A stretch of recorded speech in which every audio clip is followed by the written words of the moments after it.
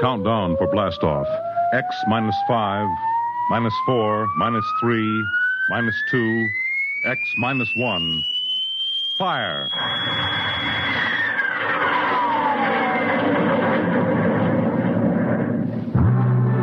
From the far horizons of the unknown come transcribed tales of new dimensions in time and space. These are stories of the future.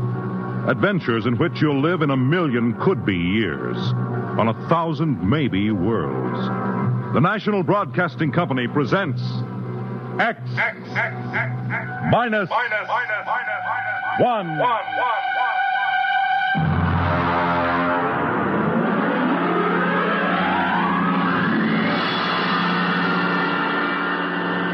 Tonight's story, Mars is Heaven.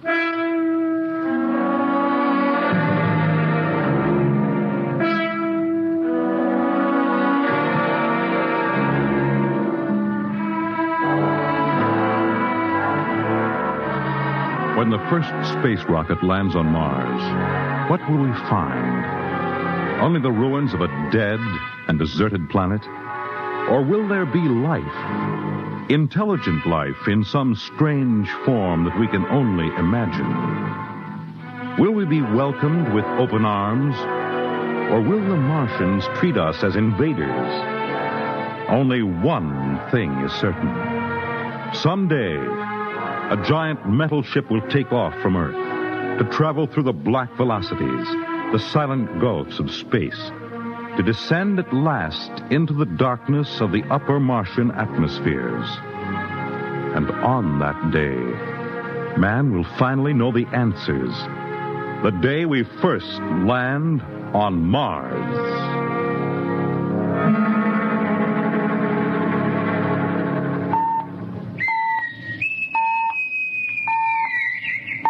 Now hear this.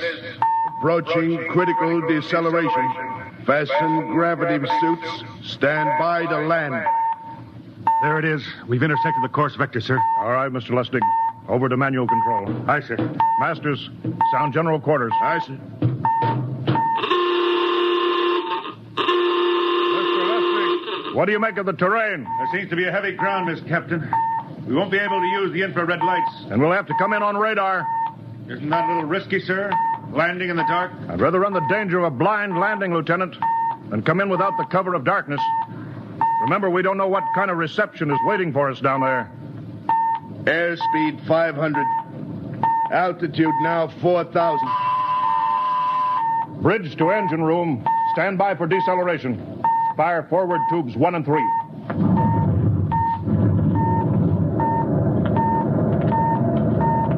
Steady as she goes, Mr. Lustig. As she goes, sir. Airspeed 100. Altitude 1,000. Radar indicates a level stretch dead ahead, sir. Skids down. Skids check. Altitude 500. 4. 350. 3. Up a point now. All right. Let's set her down.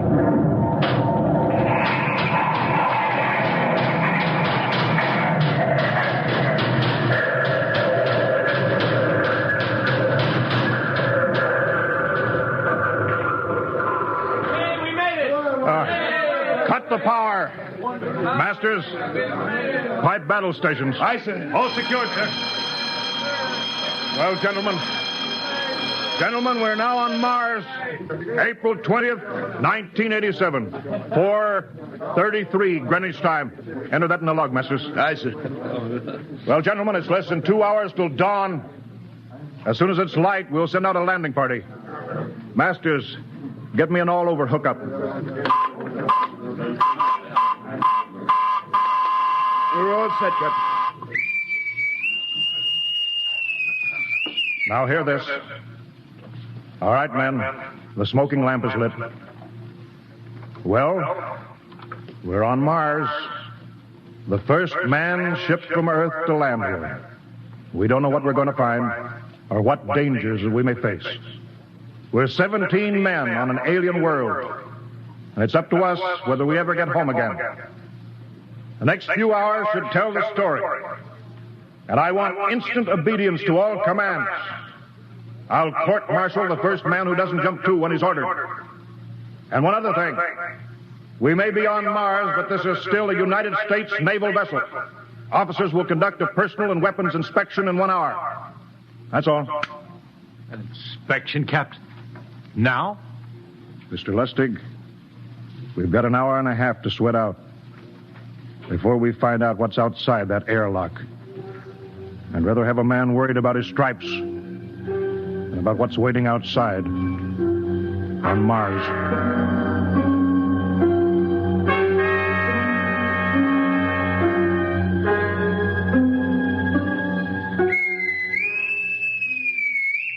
Now hear this.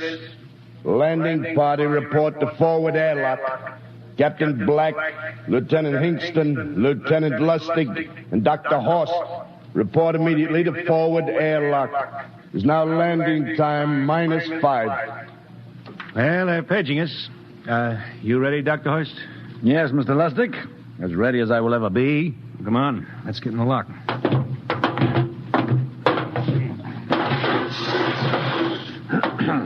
Hingston, Lustig, and Horst reporting in the airlock.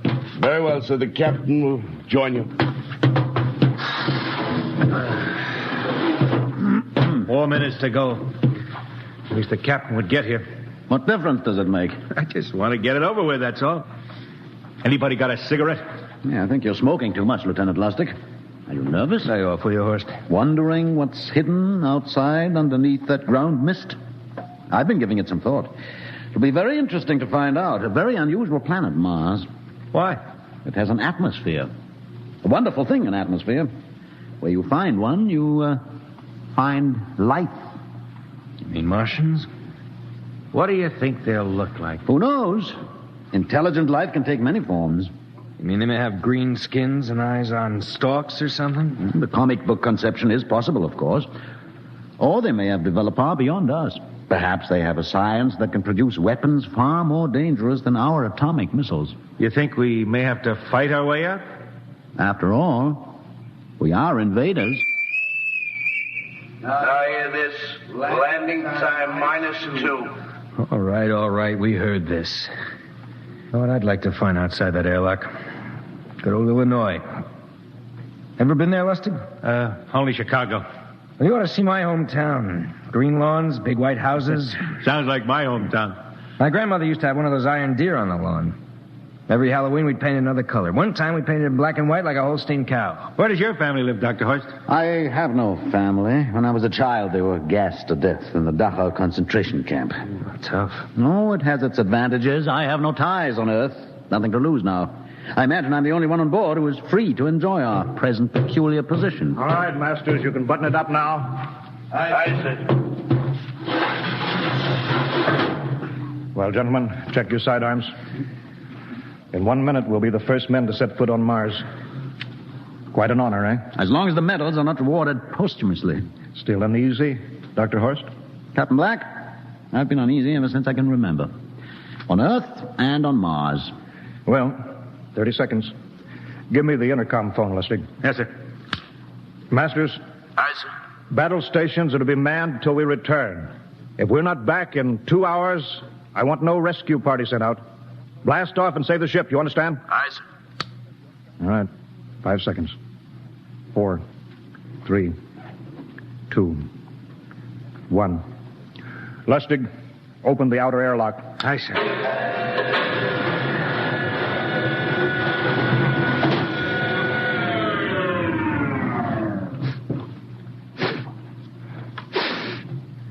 It's fresh air. Let's go. All right, now, take it easy. It's too dark to move fast. Quiet, isn't it? Not even a wind. Can't see anything from this ground this time. We don't know what's out here. All right, come on. What the quiet? Captain, I could swear that sounds like a rooster. I don't hear it anymore. Very homely but unlikely sound. A rooster crowing on Mars? Hingston? Aye, sir. Set that machine gun 25 yards to the flank. We'll stay here till the ground mist lifts. Aye, sir. What do you make of the ground, Horst? Grass. plain grass. You can see some large foliage there where the mist's thinned out. What the? Hingston, hold your fire, you fool! I hit it, Captain. What? Some kind of wild animal. I hit it. I could see the tracers, but it's still standing. Come on, Horst. Doctor, where are you? Up ahead, admiring the wild animal. Careful, Horst. Wait for us. Don't worry, Captain. It's an iron deer. A lawn ornament. Well, that's impossible. It's hollow. Interesting, isn't it? A whitewashed Victorian iron deer sitting on a lawn in the middle of Mars. I don't understand. Look around. The mist's lifting. Hey, Captain, look there. It's a house, a regular old-fashioned house. But, sir, on Mars. Good Lord. I haven't seen carved scrolls and gingerbread like that in years. Look at that port swing. The geraniums. There. I told you it was a rooster, Captain. Give me the glasses, Lustig. I want to take a look through that front window. Well, there's an upright piano. Some sheet music on it. Lustig, it's beautiful Ohio. Oh, it can't be, sir. Horst, do you think that civilization of two planets could be identical? I don't know. That specific variety of geraniums is only 50 years old on Earth. Is it logical that they should develop in Mars? How about that porch swing and the piano and beautiful Ohio? Why, it's impossible. Captain Black,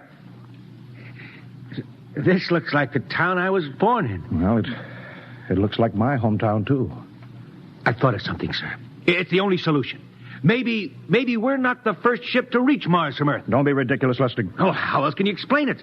Suppose some scientists got together. They invented some spaceship and planted a colony here.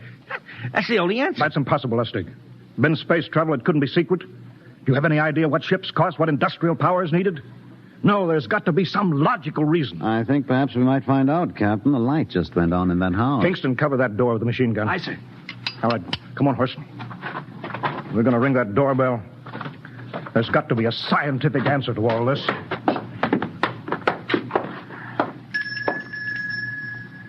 And there's something moving in there. Stand back, Horst. Give me a clear shot. Are you sure a bullet can stop a Martian? Steady now. Can I help you? Well, If you're selling anything, it's much too early. No, wait just a minute. What town is this? What do you mean? Are you census takers? No. We're strangers here. We want to know how this town got here. Is this a game? No, it's not a game. We're from Earth. From where? From Earth. Do you mean out of the ground? Are you sure you're feeling well? Madam, we came in a flying ship across space. We're from the third planet, Earth. This is Mars. Now do you understand? Mars. You go away now, you hear? I'll call my husband from upstairs and he'll chase you. Go on. But this is Mars, isn't it? This is Green Lake, Wisconsin, in the United States of America. Bounded on the east by the Atlantic and on the west by the Pacific. Now go away. Goodbye. Horst, do you suppose it's really possible? I've got to find out more about this. I told you I'd call my husband. Now you go away. You've got to tell me one thing first. What year is this? Year? 1928, of course. For goodness sake. You hear that, Horst? And we know it's 1987, and we know this is Mars. Horst, is it possible that we got fouled up, made some tremendous blunder, circled around, and landed back on Earth? In 1928? Well, maybe some switch in time or dimension. Could we have shifted somehow, gone backward in time? Oh, Horst, this won't hold water. It's not logical. We checked every mile. We went past the moon, out into space. We're on Mars. Lustig out at point. Hingston in the rear. Keep that gun at half load. Aye, sir. Horst, there's got to be some cold, logical solution. Captain! What? That house down the street, the white one with the green shutters. Lustig, what's the matter? I never thought of... Thank God! Lustig, come back here. He's running for that house. That crazy fool, after him, quick. Lustig, stop! Come down off of that porch. Grandpa! Lustig, what the devil do you think you're doing? Albert! Grandma, Grandpa, it is you. Lustig, what is going on here? Albert, it's been so many years. How you've grown, boy. It's so good to see you. Lieutenant Lustig! Oh. Captain, Grandma, I want you to meet my friends. This is Captain Black. Captain, I want you to meet my grandfolks. Howdy. Any friend of Albert's is a friend of ours. How long have you been here, Grandma? Oh, a good many years, ever since we died. Ever since you what? Oh, yes, sir. They've been dead 30 years. What? Oh, now, don't you trouble yourself. It's all right. We're alive again, that's all. Do you mean to tell me that Mars is heaven? Oh, nonsense, no. All we know is here we're alive again. And who are we to question God's infinite ways? Well, Lustig, we're going back to the ship. Captain, I want to talk to my grandpa. Lieutenant Lustig, I don't like any part of this. You'll come back with us if I have to club you and carry you. I see. Now, let's go. Heaven only knows what they've run up against back at the ship.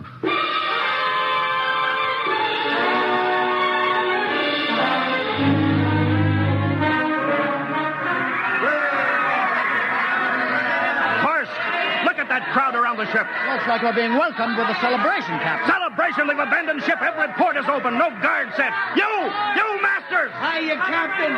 Meet my old dad. Dad, that's Captain Black. He's not a bad guy for an officer. Higston! What's it? Bring that band back. Use force if you have to.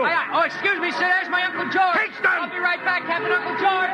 What the devil is going on here? Understand, sir? They've all found friends and relatives. They're all here. Right, Captain. I've found it. The whole crew's out in the crowd. But I gave orders. Definite orders. You don't understand, Captain. I understand mutiny. I don't care how many relatives show up. I'll have discipline. Johnny! What? Johnny, you old son of a gun! It's you, Edward. Yes. It can't be. Oh, of course it is. Johnny, Ed. you old... Ed, Dr. Horst, this is my brother, Edward. How do you do? Hello, sir. It's wonderful to see you, Edward. Look, I've got to get back to my ship. Oh, Johnny, wait. I almost forgot. Mom's waiting at home. Mom? Yeah, and Dad, too. Mom and Dad are alive?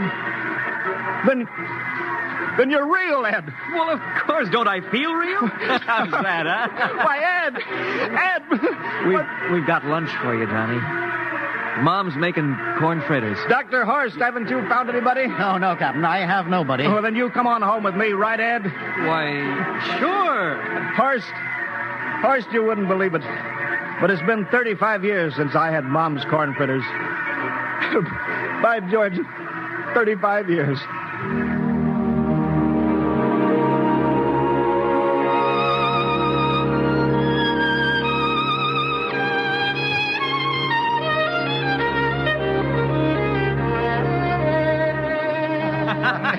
And there's plenty more in the kitchen, so don't hold back, Johnny.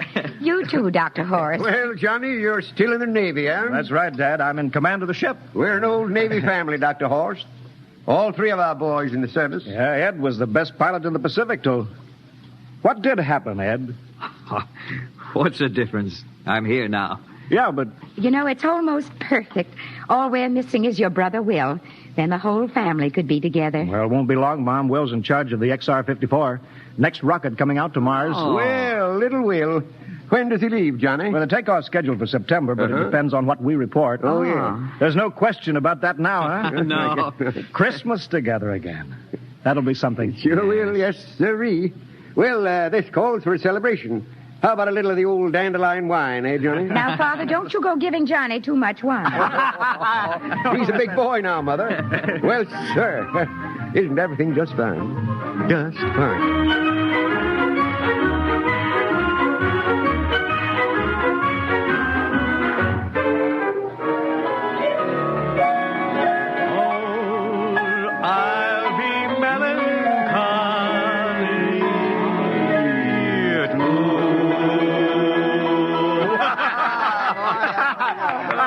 One again, will you, Ed? Oh, sure.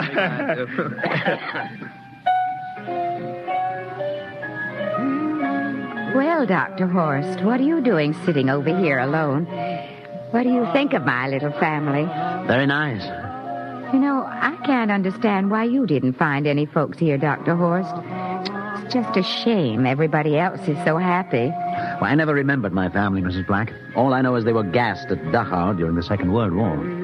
When I was liberated, I was in delirium 3 months. I cannot remember anything before then. A psychiatric phenomena. Oh, that's terrible. Isn't there anything anybody can do? I don't want to remember. I have not had a pleasant life. I prefer to be free of emotional entanglements. They interfere with a scientific approach. Oh, I'm sorry, Dr. Horst.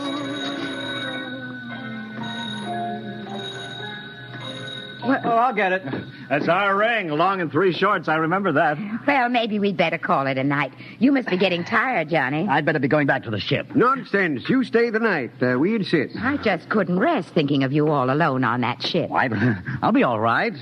Well, Good night. Oh, wait a minute, Dr. Horst. That phone message was for you. Me? Yes, that's right. A message from Anna. Anna? I don't... Well, there, she must be an old friend. Isn't that nice? I don't... You sure it was for me? I don't remember any Anna. Well, she asked if you were better. Perhaps she's someone who knew you at Dachau. Anna? She said she's coming over here first thing in the morning. So you'll have to stay over. Yes, Well, that settles it then. You stay here, Horst. You can bunk with me in my old room. Yeah, but Johnny, we thought you'd like to be with Edward. So you could talk the way you used to. Well, we can't put Dr. Horst on the daybed. I think we better share the room tonight. Be plenty of time for talking, Ed. Yes, I guess so. I suppose I better drop back to the ship. You know, Ed, security check. What, why do you have to do that here? I don't know, Mom. There's no good reason, I guess. Well, suppose we skip it tonight, eh? Well, good night, everybody. Oh, it's good to have you home, Johnny. It's good to be home, Mom.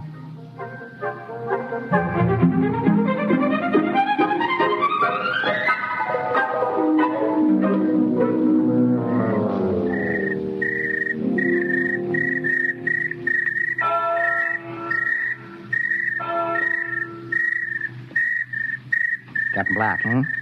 You asleep? No, I've been thinking about what we were expecting. Green-skinned Martians. All the time there was only Mom and Dad and Edward waiting. That's funny what tricks your imagination can play on you. Well, I guess Mars is heaven, Horst. You know, I've been thinking about Martians, too. Captain, just suppose there were Martians, and they saw us land, and suppose they thought of us as invaders. What would be the best weapon they could use against our atom bombs, huh? I don't see what you're getting at. They would want to disarm us first, huh? To wipe out all suspicion, to make us feel at home. Captain, suppose this house isn't real. Suppose the people are just images, stolen from our own memories by Martians, created for us by telepathy, hypnotism. Oh, that's the craziest theory I ever heard. Maybe that's why there was no one for me, because in all my life there is no happy memory, no real loved person, not even my mother. I don't remember her, only the piles of rotting corpses at Dachau. There was no happy emotion for these people to recreate. How about that phone call? Anna? Yes, Anna. I didn't remember who she was, but I do now. I just remembered. When I was freed from Dachau, sick, delirious, I raved about a wonderful, kind nurse named Anna that took care of me. Well, there you are. It's logical. She's coming to see you tomorrow. But there was no Anna. I'd been nursed by a man. What? Anna was only a dream. And there's only one way they could have learned about her, by reading my subconscious mind. That's impossible, Horst. Why? The whole crew was thinking of home. Suppose the Martians read our minds. Yes, but if there are Martians... If there are, they have us separated. Each man in a different house, sleeping, trusting. No one at the guns. I left my pistol downstairs. Do you think there's something to this, Horst? It's a perfect trap, Captain. Who would suspect his own mother, his grandparents? How easy. Just a knife in the heart of each sleeping man. That's impossible, Horst. But we've got to get back to the ship. Listen. The crickets have stopped. Come on. We don't know when they change back to whatever they really are. All right, careful.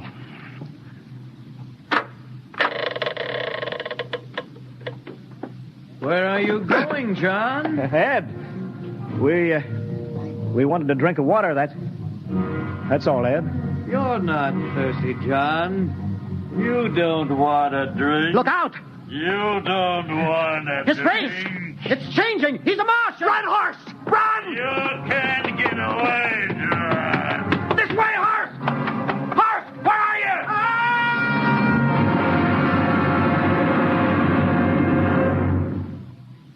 Hello? Hello? Can you hear me, Earth? This is Captain John Black, the XR-53 calling from Mars. I've locked myself in the ship, but they've crippled it.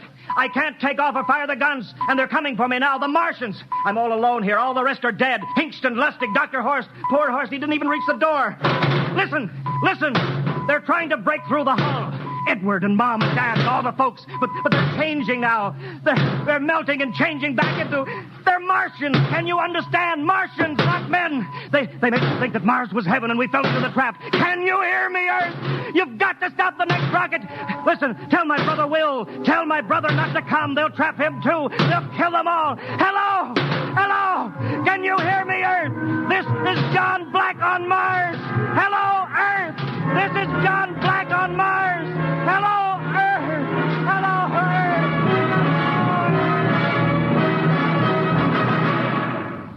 Tonight, X-1 has brought you the science fiction classic, Mars is Heaven, written by Ray Bradbury and adapted for radio by Ernest Kenoy. Featured in the cast were Wendell Holmes as Captain Black and Peter Capell as Dr. Horst, with Bill Zuckert as Masters, Bill Lipton as Hingston, Margaret Berlin as the old lady, Bill Griffiths as Edward, Ken Williams as Lustig, Ethel Everett as Mom, and Edwin Jerome as Dad. Your announcer, Fred Collins. X-1 was directed by Fred Wayne and is a transcribed NBC Radio Network production.